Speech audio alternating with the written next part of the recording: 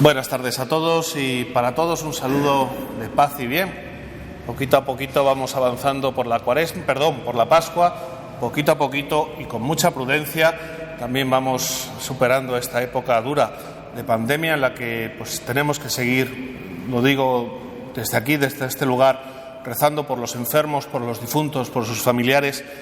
Y hoy celebramos una fiesta bonita, uno de esos, ya es anecdótico decirlo, ¿no? El tercer jueves que brillaba más que el sol, ¿no?, que decía el refrán antiguo, ¿no? Celebramos ya desde este momento la fiesta de la Ascensión del Señor, una fiesta que forma parte siempre de este camino pascual en el que vamos entendiendo todo lo que supone para nosotros los cristianos la resurrección de Jesús, pero que para los discípulos no fue tan sencillo como para nosotros. Yo creo que si nos ponemos en su piel, veremos que esta fiesta para ellos fue un momento complicado, porque hagamos un breve resumen de lo que hemos vivido hasta ahora, por así decir. Los discípulos, la primera comunidad de creyentes, tuvieron que vivir la experiencia de que su maestro muriera en la cruz, el peor castigo para los peores delincuentes. No solo eso, tuvieron que vivir y aprender la experiencia del resucitado. Hasta ese momento no había habido ningún resucitado, muchos de ellos no creían en la resurrección y tienen que aprender a vivir con el resucitado. No solo eso, tienen que aprender a ser discípulos del resucitado, que es algo completamente nuevo. No es el maestro que les llamó en Galilea, sino que es ese nuevo hombre, Dios y hombre verdadero, por supuesto, pero resucitado, que les sigue enseñando cosas nuevas. Y cuando parece que la cosa está tranquila, que ya se están acostumbrando, Jesús desaparece de su vista. Asciende al cielo, que es lo que estamos celebrando. Su presencia ya no es evidente de ninguna manera. Por eso digo que tuvo que ser toda una experiencia complicada para los primeros discípulos. Solo hay que ver que es el relato que más veces tenemos, porque se conserva en 5 libros distintos, los 4 evangelios, y es el único suceso, el único episodio de la vida de Jesús que se nos cuenta en los Hechos de los Apóstoles, como hemos escuchado en la primera lectura. Eso nos habla de la importancia que tuvo este evento para la primera comunidad de creyentes. Y la primera pregunta que a mí me surge, yo creo que también les surgió a ellos, porque lo hemos escuchado en el versículo previo al Evangelio y en el propio Evangelio. Les dice Jesús: yo voy a estar con vosotros hasta el final de los tiempos. Y coge y se va. ¿Jesús abandonó a sus discípulos? Nosotros sabemos que no, estamos acostumbrados, lo llevamos dentro de nuestra espiritualidad, pero para la primera comunidad tuvo que ser sin duda un debate interesante el decir: Jesús nos ha dicho que va a estar con nosotros y se va a la casa del Padre. ¿Está realmente con nosotros? Es una pregunta que yo creo que nosotros, 20 siglos después, tenemos que seguir haciéndonos. ¿Realmente sentimos la presencia cercana de Jesús entre nosotros? ¿Cómo sentimos esa presencia?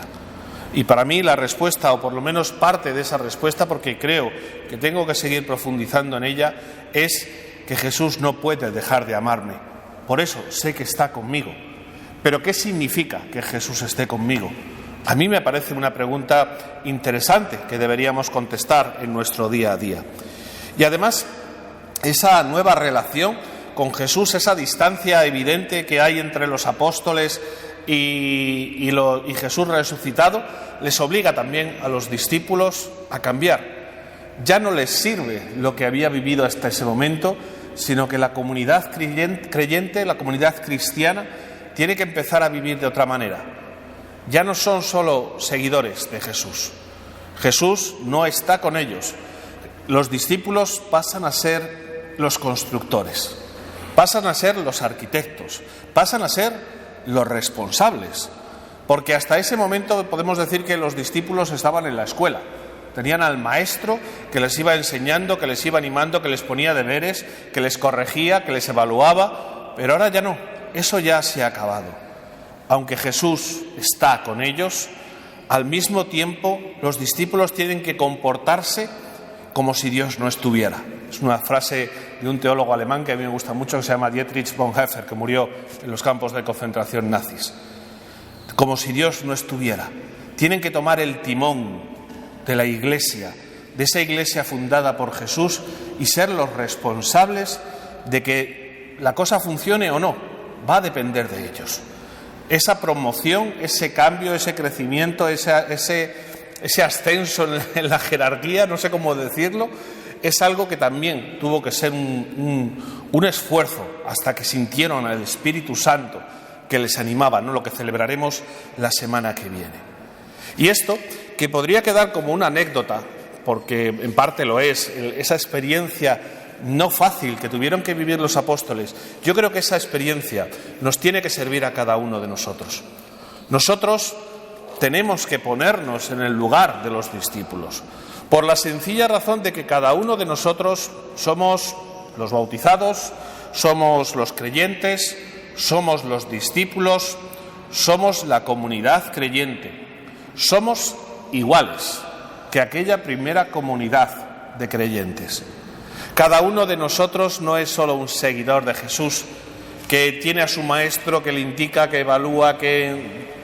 No, también cada uno de nosotros, desde nuestra vocación, desde nuestro ministerio, desde nuestra vida cotidiana, desde los eventos extraordinarios como estos que estamos viviendo, son el lugar, son el momento, son la ocasión, es donde yo tengo que construir la Iglesia, donde tengo que continuar la obra de Jesús. Y no hay excusas, ¿eh? No puedo decir, eso es cosa de los obispos, que son los sucesores de los apóstoles. No, yo soy discípulo de Jesús, me imagino que vosotros también. Y cada uno de nosotros tenemos que continuar la obra de Jesús.